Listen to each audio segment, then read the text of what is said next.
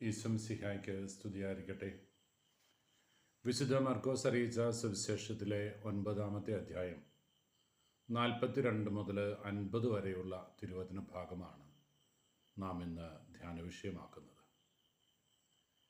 ഈശോ തൻ്റെ ശിഷ്യന്മാരോട് മറ്റുള്ളവർക്ക് പ്രലോഭനത്തിന് കാരണമാകരുത് എന്ന് ഓർമ്മിപ്പിക്കുകയും,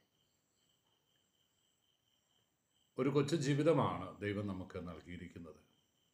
ആ ജീവിതം കൊണ്ട് മറ്റുള്ളവർക്ക് നന്മ ചെയ്ത് കടന്നു പോവുക, ആരെയും ദ്രോഹിക്കാതിരിക്കാൻ, ആരെയും പാപത്തിലേക്ക് തള്ളിവിടാതിരിക്കാൻ, ആർക്കും പ്രലോഭനത്തിന് ഹേതുവാകാതിരിക്കാൻ നിനക്ക് സാധിക്കട്ടെ. നീയും പ്രലോഭനങ്ങളിൽ വീണുപോകരുത് എന്ന് ഈശോ ഓർമ്മിപ്പിക്കുന്നു. നിന്റെ കയ്യോ കാലോ നിനക്ക് പാപഹേതുവാകുന്നെങ്കിൽ അത് വെട്ടിയെടുത്ത് എറിഞ്ഞു കളയണം.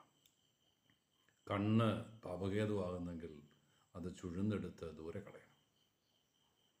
ഇരു കണ്ണുകളോടും കൂടെ, ഇരു കാലുകളോടും കൂടെ, ഇരു കൈകളോടും കൂടെ നിത്യ നരകത്തിലേക്ക് തള്ളപ്പെടുന്നതിനേക്കാൾ നല്ലത് അംഗഹീനനോ മുടന്തനോ ആയി സ്വർഗരാജ്യത്തിലേക്ക് പ്രവേശിക്കുന്നതാണ്. മറ്റുള്ളവർക്ക് പാപഹേതു ആകരുത് എന്ന് ഓർമ്മിപ്പിക്കാൻ ഈശോ പറഞ്ഞത്, പാപഹേതു ആകുന്നവനെ കഴുത്തിൽ തിരികല്ല് കെട്ടി കടലിൻ്റെ ആഴങ്ങളിലേക്ക് വലിച്ചെറിയണമെന്ന്. കഴുത്തിൽ തിരികല്ല് കെട്ടുന്നത് എന്തിനാണെന്ന് നമുക്കറിയാം. ഇനി മേലാൽ അവൻ്റെ ശവം പോലും പൊങ്ങി ആർക്കും അതൊരു പാപഹേതു ആകരുത് എന്ന്. ഈശോ അത്രമാത്രം വെറുക്കുന്ന, അത്രമാത്രം തള്ളിപ്പറയാൻ ആഗ്രഹിക്കുന്ന, അത്രമാത്രം മനുഷ്യ ജീവിതത്തിൻ്റെ, പ്രത്യേകിച്ച് അവൻ്റെ ശിഷ്യൻ്റെ ജീവിതത്തിൽ ഉണ്ടാകരുത് എന്നാഗ്രഹിക്കുന്ന വലിയ തിന്മയുടെ ഒരു മേഖലയായിട്ടാണ് പ്രലോഭനങ്ങളെയും മറ്റുള്ളവരെ തിന്മയിലേക്ക് തള്ളിവിടുന്നതിനെയും ഈശോ തമ്പുരാൻ കാണുന്നത്. പ്രിയപ്പെട്ടവരെ, ഞാൻ സൂചിപ്പിച്ചതുപോലെ ഒരു കൊച്ചു ജീവിതമല്ലേ നമ്മുടേത്. അത് മറ്റുള്ളവർക്ക് നന്മ ചെയ്ത്, മറ്റുള്ളവർക്ക് പുണ്യം ചെയ്ത്, അവരെ നല്ല വഴികളിലൂടെ, നേർവഴികളിലൂടെ, ദൈവ വഴികളിലൂടെ ആനയിക്കുന്നവരാകാൻ നമുക്ക് സാധിക്കില്ലേ? അതിനാണ് നമ്മുടെ നിയോഗം. അതാണ് ഈശോ നമ്മളോട് ആവശ്യപ്പെടുന്നത്. ഈ കൊച്ചു ജീവിതം കൊണ്ട് മറ്റുള്ളവർക്ക് നന്മ ചെയ്യുക. എന്തിനാണ് നിൻ്റെ ജീവിതം കൊണ്ട് മറ്റുള്ളവരെ പാപത്തിലേക്ക് തള്ളിവിടുന്നത്? നിൻ്റെ ജീവിതത്തിലെ ചുവടുകൾ പിഴച്ചാൽ അത് നീയും ദൈവവും തമ്മിൽ ഒരുപക്ഷെ ധാരണയിലെത്താൻ നിനക്ക് സാധിക്കും. നിൻ്റെ പാപവഴികൾ ഉപേക്ഷിക്കാൻ നിനക്ക് വ്യക്തിപരമായിട്ട് തീരുമാനിക്കാം, ദൈവത്തോട് ചേർന്ന് നിൽക്കാം, കുമ്പസാരക്കൂടെ നിനക്ക് അഭയമായിട്ട് തീരാം. പക്ഷെ നീ മറ്റുള്ളവർക്ക് പാപഹേതുവാകുമ്പോൾ അത് പരിഹരിക്കാൻ സാധിക്കാത്ത അപരിഹാര്യമായൊരു പ്രശ്നമായിട്ട് നിൽക്കുകയാണ്.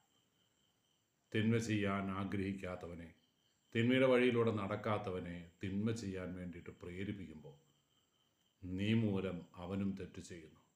നീ ആർക്കെല്ലാം പാപഹേതുവാകുന്നു അവരൊക്കെ പാപത്തിൻ്റെ വഴികളിലാകും. അങ്ങനെ അനേകരുടെ പാപത്തിൻ്റെ ഭാരം നിൻ്റെ ചുമലിലാകും.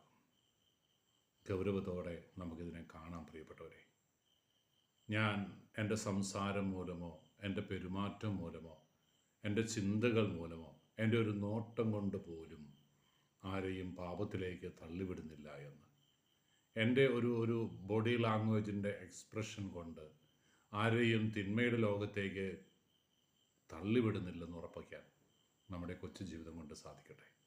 ഓ നല്ല ഈശോയെ, അങ്ങ് തന്ന സുന്ദരമായ ജീവിതം, അത് അതിൻ്റെ സന്തോഷത്തോടെ, സ്നേഹവായ്പോടെ, സഹിഷ്ണുതയോടെ, സഹാനുഭൂതിയോടെ മറ്റുള്ളവർക്ക് നന്മ ചെയ്ത് കടന്നു പോകുന്ന വ്യക്തിയായി തീരുമ്പോൾ എൻ്റെ ജീവിതം നിൻ്റെ കരങ്ങളിൽ ധന്യമാണ്, ഭദ്രമാണ് എന്ന് ഞാൻ തിരിച്ചറിയും.